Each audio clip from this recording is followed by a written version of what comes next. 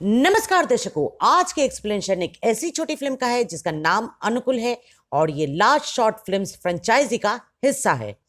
कहानी की शुरुआत में हम दर्शकों को एक ऐसे कोलकाता का चित्र दिखाई देता है जहां कुछ मकाने काफी आधुनिक, लंबी लंबी और बड़ी बड़ी है। वही कुछ पुराने फ्लैट जैसा मकाने भी है end of course the typical middle class family जैसा एक माला या दो माले के मकाने भी स्थापित है। कहानी के पहले मुख्य कलाकार सौरभ शुक्ला, जिनका नाम यहाँ मिस्टर निकुंज है, एक बहुत ही आधुनिक उपकरण चलाते हुए दिखाई दे रहे हैं जिसमें कुछ फीचर्स लिखे हुए हैं।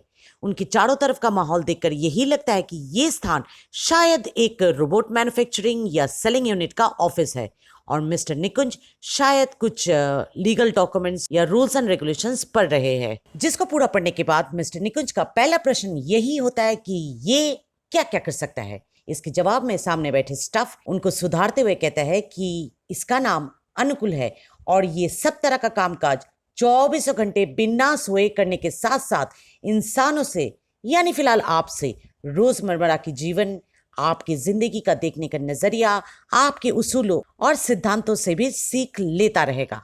इस पर मिस्टर निकुंज बहुत ही खुश हो जाते हैं और अपने बायां अंगूठे से हस्ताक्षर करके अनुकुल को भाड़े में ले लेता है। अनुकुल, जिनका किरदार टॉलीवुड के नामचीन अभिनेता पोरम्बोतो चटर्जी निभा रहे हैं, ये सारे वार्तालाप के दौरान एक किताब पढ़ता हुआ दिखाई देता है।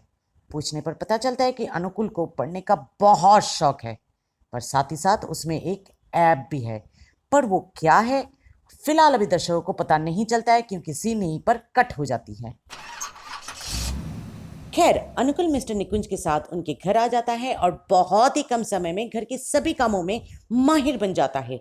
सब ठीक ठाक ही चल रहा था कि एक दिन मिस्टर निकुंज का कजन मिस्टर रतन उनसे मिलने आता है और बातों ही बातों में जब रतन को ये पता चलता है कि अनुकुल एक्चुअली एक हाउस हेल्प रोबो है तो वो बहुत ही गुस्से में आ जाता है, क्योंकि रतन का पिछला वाला नौकरी ऐसे ही किसी रोबोट की वजह से चली गई थी। इंसानों को काम पे ना रख के मिस्टर निकुंज का एक रोबोट को हायर करना रतन को बिल्कुल भी राज नहीं आया और वो एक गर्म स्थिति से अनुकुल पर वार कर देता है।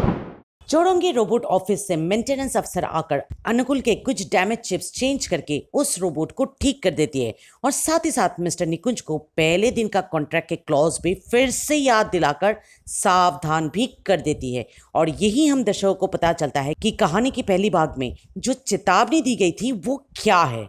एक्चुअली अनुकुल जैसे रोबोट्स अगर महसूस करें कि उस पर हमला होने वाला है किसी इंसान के जरिए, तो उस रोबोट को कानूनन हक है कि वो उस हमलाकारी इंसान पर हाई वोल्टेज इलेक्ट्रिक शॉक देकर अपना बचाव करे। यहीं से डर का माहौल धीरे धीरे कहानी में प्रवेश करता है। खैर, अफसर की इस चेतावनी और अपने भाई के करतूतों से परेशान निकुंज रात को अनुकुल के कमरे में जाता है और मन का बोझ हल्का करने के लिए अनुकुल से बातें करने लगता है। अनुकुल, जिसे किताबें पढ़ने का शौक है, उस वक्त गीता पढ़ रहा था, पर उसकी दिमागी जीभ से एक बात को समझ नहीं पा रहा था। तो वो निकुंज से पूछता है कि क्यों एक नीला रंग का इंसान अर्जुन को अपने ही भाई और चाचाओं को मारने के लिए उकसा रहा है। हिंदी सब्जेक्ट का शिक्षक होने के नाते मिस्टर निकुंज अनुकुल को समझाता है कि इसमें कोई गलत नहीं है, यहाँ किसी का भी कत्ल नहीं हो रहा है। वो नीला आदमी भगवान श्री कृष्ण है जो अर्जुन को अपने धर्म निभाने का उपदेश दे रहा है और एक इंसान का कब कौन सा धर्म उसको बुलावा देता है ये तय होता है दिल से। अनुकुल अपने दिल पर हाथ तो रखता है पर उसके दिल में चिप्स था, भावनाएं नहीं थी, इसलिए निकुंज की ये बातें उस वक्त उसको समझ में ठीक से नहीं आता है। अगले दिन एक कोई मिस्टर कंचन खटमल निकुंज से मिलने आता है और कहता है कि ह्यूमन सर्वेंट एसोसिएशन के सभापति होने के नाते वो चाहते हैं कि निकुंज बाबू अपने घर पे कोई भी रोबोट हाउस हेल्प ना रखे। यहाँ हम दर्शकों को पहली बार निकुंज को झूठ बोलते हुए दिखाई देता है जब वो कहते हैं कि उनके घर में कोई भी रोबोट नहीं है। अनुकुल को भी ये बात खटकती है तो निकुंज उसे बताते हैं कि कभी कभार सच के लिए भी झूठ बोलना पड़ता है। युधिष्ठिर को भी युद्ध भूमि में सच्चाई की जीत के लिए झूठ बोलना पड़ा था एक बार, और कब, कहाँ, कौन सा झूठ बोलना है ये भी तय होता है दिल से। फिर निकुंज कहता है कि उनकी नौकरी चली गई है क्योंकि उनकी जगह एक रोबोट को हिंदी का शिक्षक बतौर नियुक्त कर लिया गया है। तो अगले महीने से वो अनुकूल को नहीं रख पाएगा, क्योंकि उसे हायर करके बिल पेमेंट करने का उसकी क्षमता और नहीं रही। इतने में रतन शराब के नशे में धुत निकुंज के घर आता है और बताता है कि उन दोनों का खड़ूस चाचा निबरन चाचा का देहांत हो गया है, पर मरने से पहले उन्होंने अपनी सारी जायदाद, पैसा और जमीन सब रतन के नाम कर दिया है। निकुंज को उन्होंने कुछ भी नहीं दिया और उस पैसे से रतन का इच्छा यही है दुनिया में मौजूद सारे रोबोट्स खरीद के सबके सबको डिसेबल करके स्विच ऑफ कर देने का। निकुंज जैसे उकसाने वाली बातें अनुकूल के सामने बोलने से मना तो करता है रतन को, पर रतन पहले का गुस्सा, ईर्ष्या और अब पैसों के घमंड में बार बार ये बोलता रहा, स्विच ऑफ, स्विच ऑफ। भैंस के आगे बीन बजाने से कोई फायदा नहीं, ये सोचकर निकुंज अपने बेडरूम में जाता है और तैयार हो लेते हैं अपने आखिरी प्रणाम निवारण चाचा को देने के लिए कि अचानक बाहर एक जोर की बिजली कड़कती है और घर के अंदर भी एक तेज रोशनी चमक उठती है।